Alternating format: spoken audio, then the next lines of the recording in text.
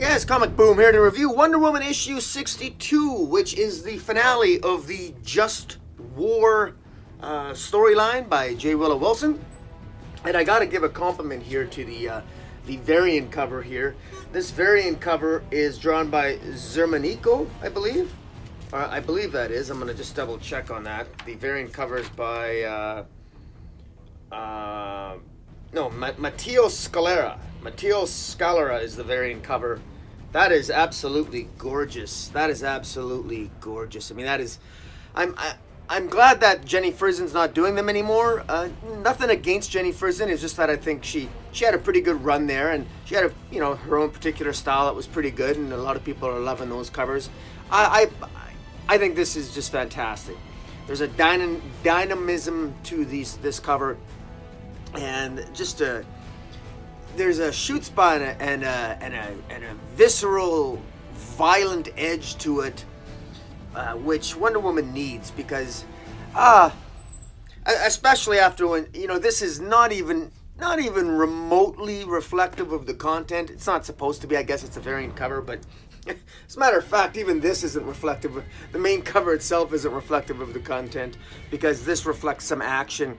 And the action here in Wonder Woman 62, unfortunately, everything I predicted has come to pass. It's basically fairly cliche writing, very cliche finale, and I predicted that Ares would once again flip, and that's exactly what he did. Ares psychotically created a civil war in some Middle Eastern country, and then in the middle of it saw a crying child, got upset that he caused the child to cry because he created the war. Then he stopped fighting. Then Wonder Woman pissed him off because Wonder Woman defended a soldier, and then they started fighting again. And last issue, Wonder Woman tried to save the Prime Minister and take the Prime Minister and the Prime Minister's children to safety, and did that. And then at the end of last issue, they met up with Ares again, who was angry at Wonder Woman for saving that Prime Minister, so now he wants to fight again. And having met Aphrodite last issue, who's now a redhead nonsensically, now in this issue basically has Wonder Woman and Ares fight, Wonder Woman preaches a bunch of nonsense again, and which is out of context. It doesn't make any sense. Once again, J. Willow Wilson doesn't even understand how the magic lasso works. She actually created a new rule again. Apparently the magic lasso uses a person's own strength against them. No, it doesn't. No, it doesn't. It really doesn't. But I'll get into that in a moment. But, and this ends with Aphrodite whispering something into Ares' ears, which caused Ares to stop fighting. I don't know, did Aphrodite whisper a promise of sexual favors later? That's what I'm thinking. Because that's the only thing I can think of, because they're Greek gods. And they're always doing stupid things. They're always the lowest common denominator. They're so powerful.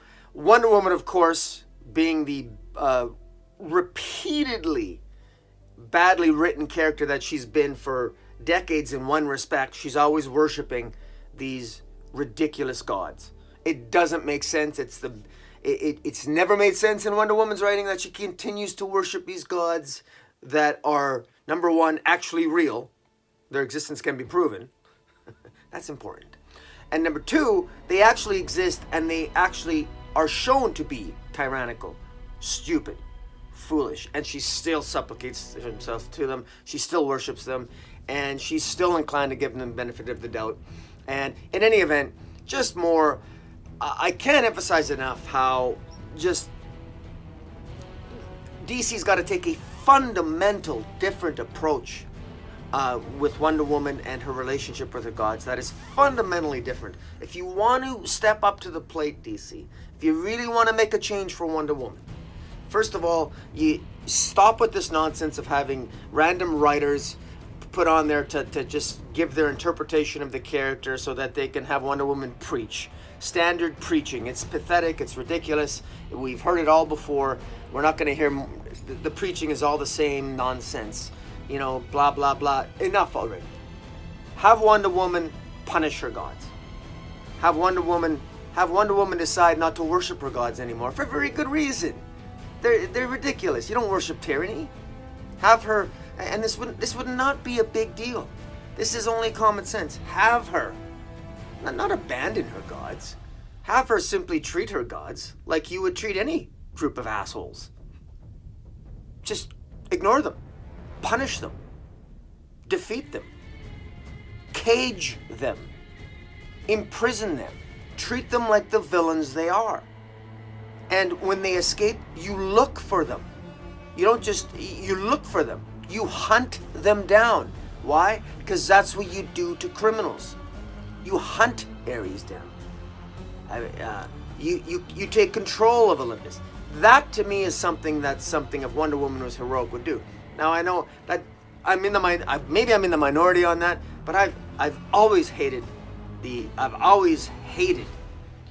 fact that Wonder Woman worships her gods. I find it so insulting to the character, and reading this it only makes me double down on the sheer nonsense of it. Wonder Woman here worshiping Aphrodite, who's a 1980s, looks like a 1980s hooker. I mean, come on, really?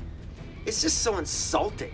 And then it's all supposed to be redeemed by the fact that Wonder Woman, once again says the stuff a first grader would know to Ares about, don't commit war, don't be an asshole, blah blah blah, yada yada yada yada.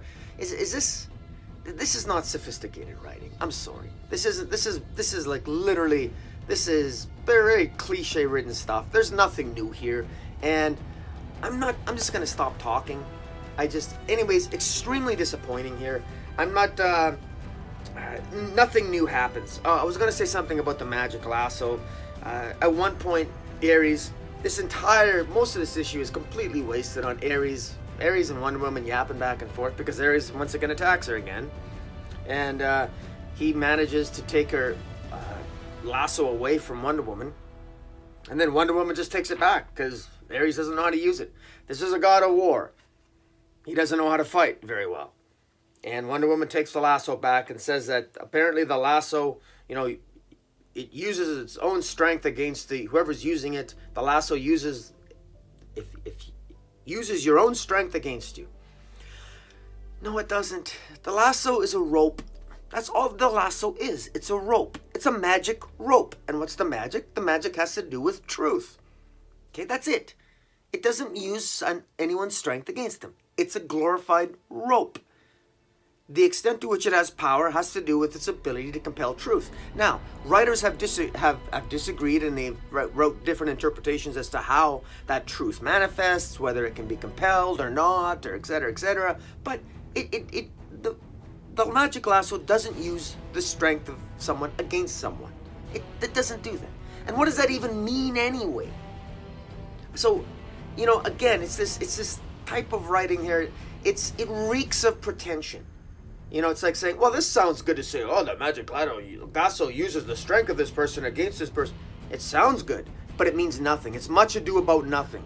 It's the writer, dare I say, being a little bit pretentious. And it's not really being true to the mythology and of the character, mythology, or even a token amount of research into what the lasso actually does. In any event, there's an embarrassing and insulting and ridiculous page. It actually made me laugh out loud. Aphrodite decides to step in, and she whispers something into Ares' ears, like, and we don't know what it is. And she says, "Don't you remember?"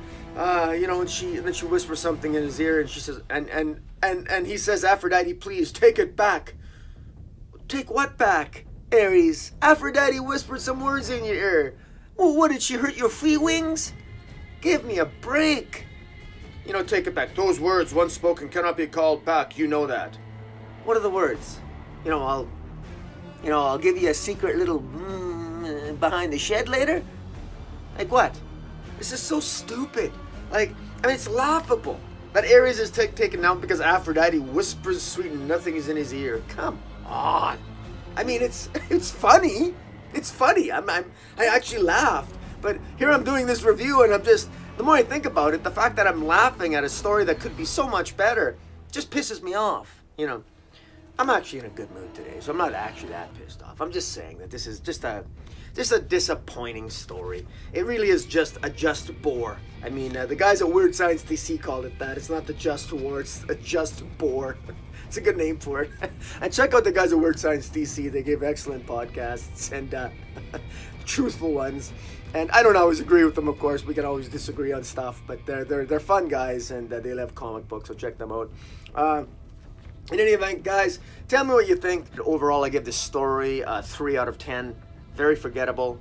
And the art here, with the variant cover, was fantastic. And the art here was pretty decent inside. Zermanico inside was pretty good. Better than Kerry Nord. But Kerry Nord was the first 2 issues or 3 issues, and so overall that wasn't that great. So again, artistically overall, I'd give it Kerry Nord's issues, I'd give maybe a 5 out of 10. These later issues, a 7 out of 10. Actually, a 6 out of 10. So overall, one of the most disappointing Wonder Woman story arcs in since the last one with Orlando. I don't know, DC, man. You really got to... I guess you got to hire me so I can write some decent Wonder Woman stories. In all seriousness, this is just... Good Lord. I mean, take a chance.